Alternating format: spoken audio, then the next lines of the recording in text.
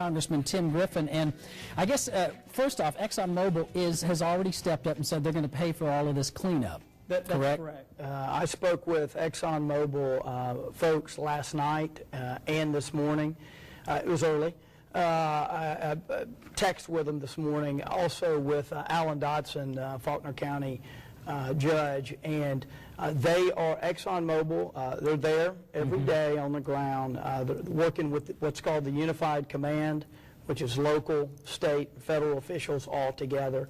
And I asked Exxon point blank last night on the phone, I said, is there anything that you're being asked to do that you have had to say no to? And so far, the answer is no. Exxon is going to stay until it's completely cleaned up. What's their time frame? What are they saying how long this is going to take? I don't think there is a set time frame. I think that the time frame is when it's all cleaned up. And have we seen what we're going to see? I mean, is there going to be more impact from this? Are we looking at the worst of it right now? I think we've seen, and I'm not an expert on this, but I think we've seen what we're going to see. I think we're in the. I was told last night by people on the ground that we're on the backside of the cleanup, meaning moving toward getting this done. There's a lot to be done. There's still some animals being discovered, and are they still sticking with the 12,000 gallons? That's the number. They don't know the exact number.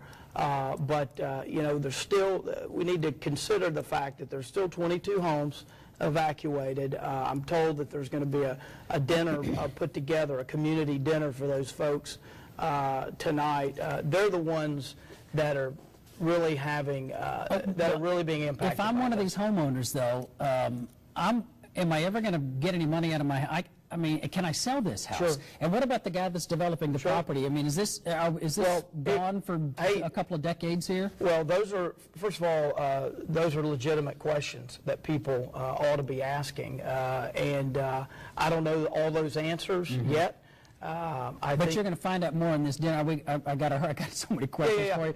Real quick, though, so there's going to be a meeting. Well, no, there are meetings all the time, every day. And I want to just say Alan Dodson and the local officials, state officials up there, working with the federal officials, have been outstanding. And Alan is sort of the executive on the ground. He's a new Faulkner County judge, working with the mayor and others. Real quick, this pipeline was built 65 years ago or so, somewhere around 1948. there. And when it was built to just transport crude.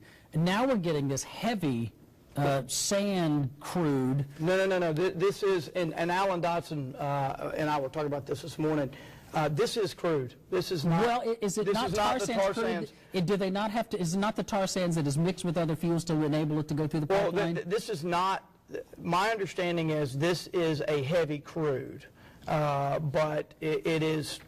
It is simply that. My point is that this 65-year-old pipeline that's now transporting maybe a different kind of crude, are we going to see more of these? Is this pipeline inspected on a regular basis? Are there other areas of our, because this pipeline runs right through the state. Are we going to see more of these? Sure. And how do we make sure we don't? Well, I don't think we will. First of all, there are billions of gallons that go through these pipes. And by the way, there are pipelines, hundreds, if not thousands, all over the country. Why? Because it is safer than transporting oil over the highways. Over the highways, yes. It is.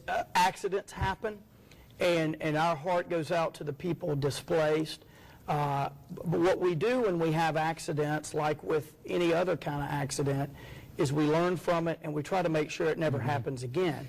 Well, real quick, I got to get out of here, but you have a phone number for people to call. And what we're going to do is I'm going to we'll read the phone number and then we'll put this on our website so people can go to arkansasmatters.com. This is the ExxonMobil claims number. If you have a claim, 800-876-9291. And a lot of the folks, the 22 homes that have been evacuated, a lot of those folks have already reached out.